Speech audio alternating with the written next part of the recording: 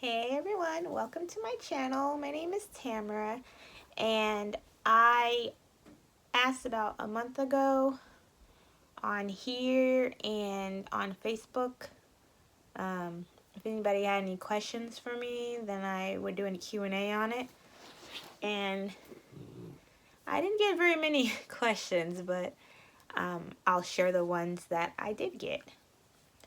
So the first one is from Facebook, and Ruth asked, how did your family respond to you dating outside of your race?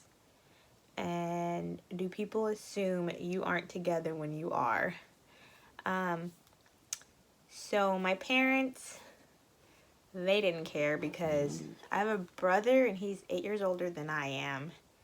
And I have a nephew who is 12 now, and he's half Mexican.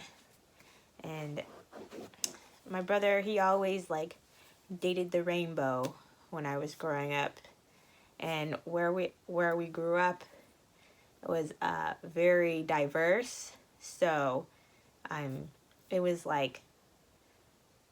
pretty obvious that you more than likely wouldn't end up with somebody that was the same ethnicity as you. And so my parents weren't surprised when I ended up with my husband who's white. And yeah, it doesn't matter to us. Even when my parents are from the South, they don't care. They are very open to everything. So it wasn't a big deal. And then and then when we go out, the question was, do people assume that you aren't together?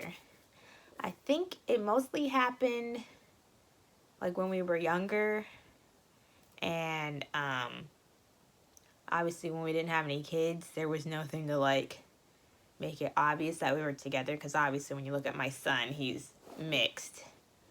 And when we just had our niece, she's white, and I guess everybody just assumes that it's his daughter and not mine, since we adopted her, so she's our daughter now. But I'm surprised, even when I go out with just our daughter before we had my son, people would even be like, oh, mommy this to her and stuff like that. And I was surprised that people would just automatically assume that it was her mom, obviously, since I don't look like her at all. So it hasn't been too bad about the whole thing, but and we've never lived in the South, so I mean maybe it'd be different back down there. Maybe people would more than likely not assume we're together. And we've only ever lived in military towns in Germany and up here where my husband's from, but it's very diverse up here, up north. So I'd say near military towns because you see it more often, I think, there. It's more diverse, in the military community, of people being all mixed and stuff. So it hasn't really been an issue for us. And the next question is, this one came from YouTube, from At Home with Troy. It says, as a veteran, I find being a spouse pretty easy. What is a civilian experience? Also, what is the base you really want? Actually, I do find it pretty easy being a spouse. We've gone through one deployment where I was just his girlfriend. And then our second deployment, I spent the whole year in Germany by myself. And I did fine. And I was still kidless. I didn't have any kids. And we've been married for 10 years now. And the whole time he's been in the Army. He's been in for 13 years. So I knew what I was getting into when we got married. And I'm an Army brat. So it's been pretty easy. It's what I expected. There are sometimes, when it kind of sucks being the civilian spouse, because, maybe I take it day by day, so it's not that bad. But some people take every little thing to heart, and yeah, you just have to go with the flow of things. Otherwise, you're going to be stressed out and not happy in your role as the spouse, you know. Don't assume anything because you'll probably be assuming wrong. But anyways, yeah, so I think you being a veteran and now a spouse, yeah, I think you have a better understanding and you knew what you were getting into being the spouse now, and how you pretty much take a back seat to the soldier, you know, like when it comes to certain things, and you get used to the soldier having to handle the things that have to do with the military. Like, you really, you know, because you can't really do nothing when you're the civilian spouse when it comes to, like, certain aspects of it, you know, like if your pay is wrong, all that kind of stuff. And a lot of stuff they have to have your soldiers' permission to do anything, you know. But anyways, and so the second part of the question was, I already said it, but it says also, what is the base you really want?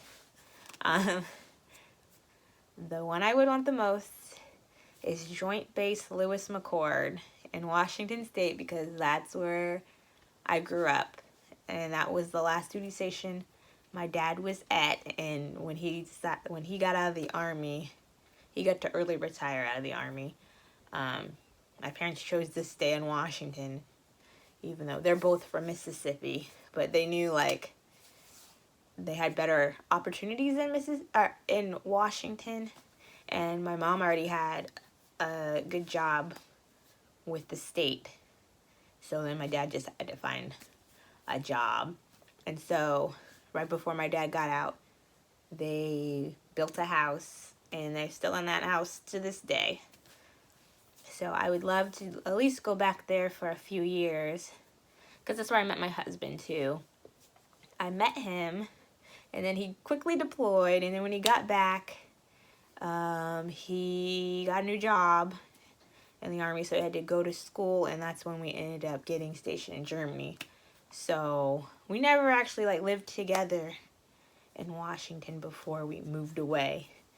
And so I would love to go back for a few years with our children so they could know my parents better, even though they really know them pretty good, because we FaceTime all the time and my mom calls.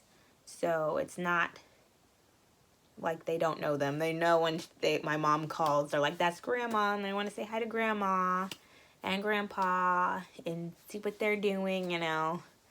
So we have that, but, like, for the last 5 years we've lived, well, it hasn't been 5 yet, but by the time we leave here, we've been where my husband grew up for 5 years, because he's a recruiter here. So it'll be nice to spend some years with my family, since I spent the last 4 years here, with another year coming of us being here. So that's the place I really want. If we can't get there, then I would love to go to Fort Huachuca, Arizona, because it's still close to the East Coast, close to Washington, and we already know what it's like there. Like, I have not personally lived there, but my husband, he went to school there for 8 months, and he really enjoyed the climate and the area. And I think Tucson was about, like, an hour away. So, I mean, we could go to Tucson if we wanted to. But it is kind of in the middle of nowhere where Fort Huachuca is. But it'd be a nice place to live with our children for a few years. And we know people that are currently there. And we usually know at least one person that's currently stationed there. Whenever we think about moving there. Well, at least we'll have instant friends there. If we do decide. And it'd be a quick flight to Washington from there if I ever wanted to go visit my family. And I've been there twice. Each time I stayed a week. And yeah, I really enjoyed it. I went in the winter time, which really wasn't winter. It was like 80 degrees. 80 degrees. Can you believe that? It was 80 degrees. in like January there. It was crazy. But they have like weird weather. Like one day it'll be 80 degrees in the winter, and then like the next day it may be snowing, but the snow doesn't last the whole day. It like melts by the afternoon. And then I went in summer, and it was so hot. So if we did move there, I would hate the summers there, but it would just be nice to do something, be somewhere different.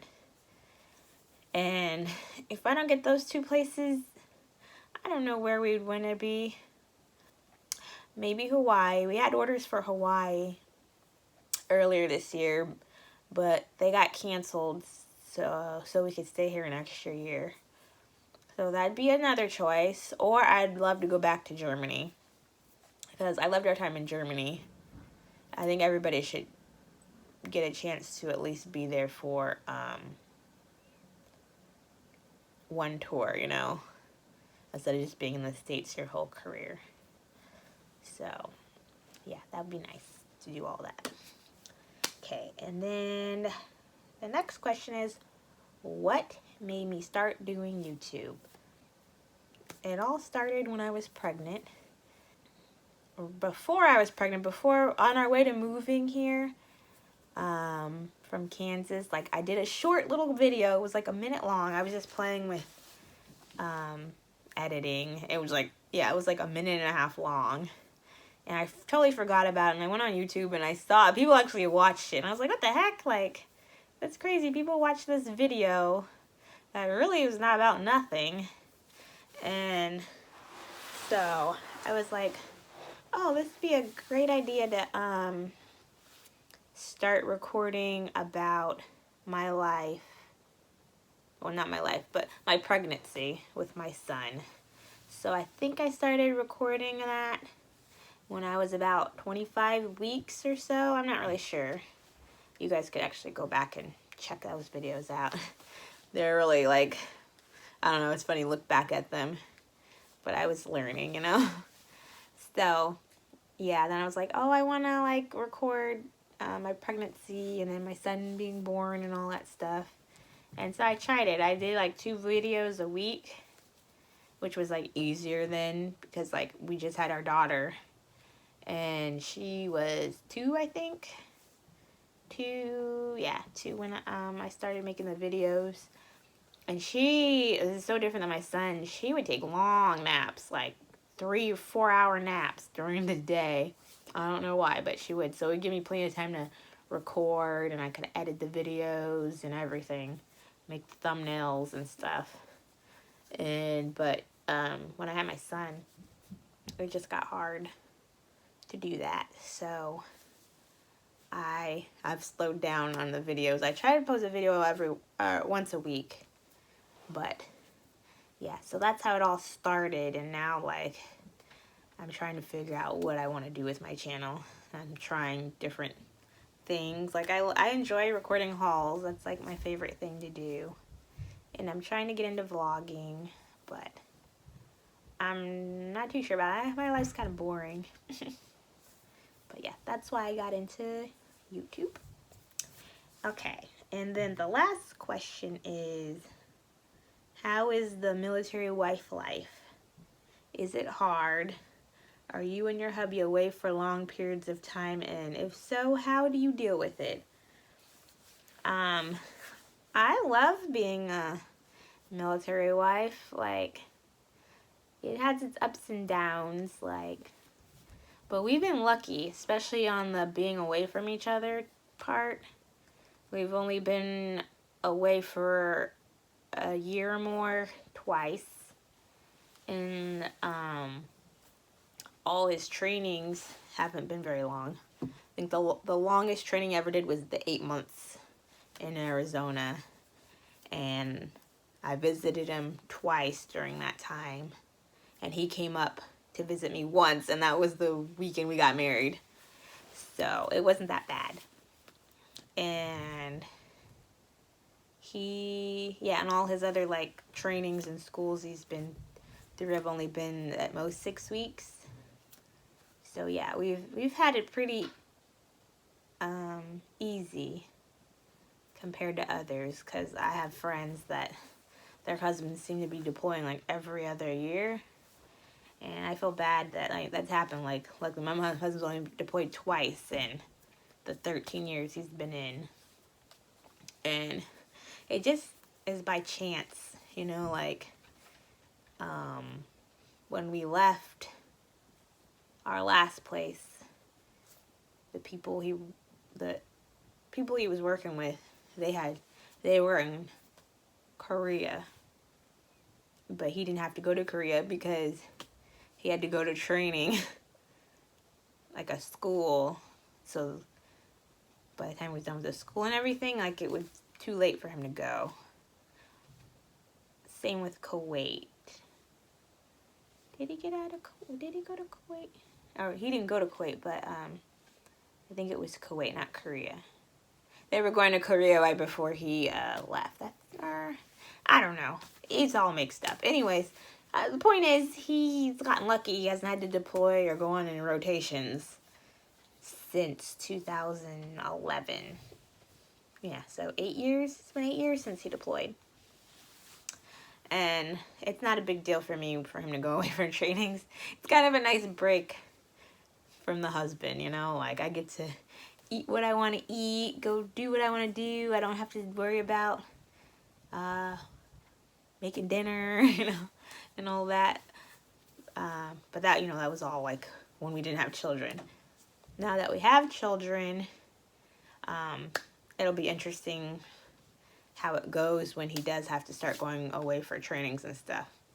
Because we're looking at, he'll probably have to go away for a school next year before we move, hopefully. And that'll be interesting how these kids deal with him, like, not being here. Because for my son, he hasn't been gone for more than, like, 2 days from us, or 3 days. Because he went away for a wedding last summer, and my kid was he was still little, so he didn't understand. And our daughter, you know, she was old enough to understand that he's gone, but she knew he was going to come back. So yeah, it'll be interesting to see how they react to him being gone. But I deal with it just fine. It's kind of nice. It's nice when he does go away for a little while. And I forgot what the rest of the question said. That's actually that was the only questions. There was 4 questions, but some of them were like extended questions, so it was like more than 4. But hopefully I can do another Q&A and people will ask more questions. So if you watch this one and you have a question, please comment down below with the question, and I'll do another Q&A soon, depending on, like, you know, how many questions I get. We'll see. But that'd be great if you liked and commented on this video, and subscribe to my channel if you want to see more of my content. Thanks for watching, everyone, and I hope you got to learn a little bit more about me. Bye.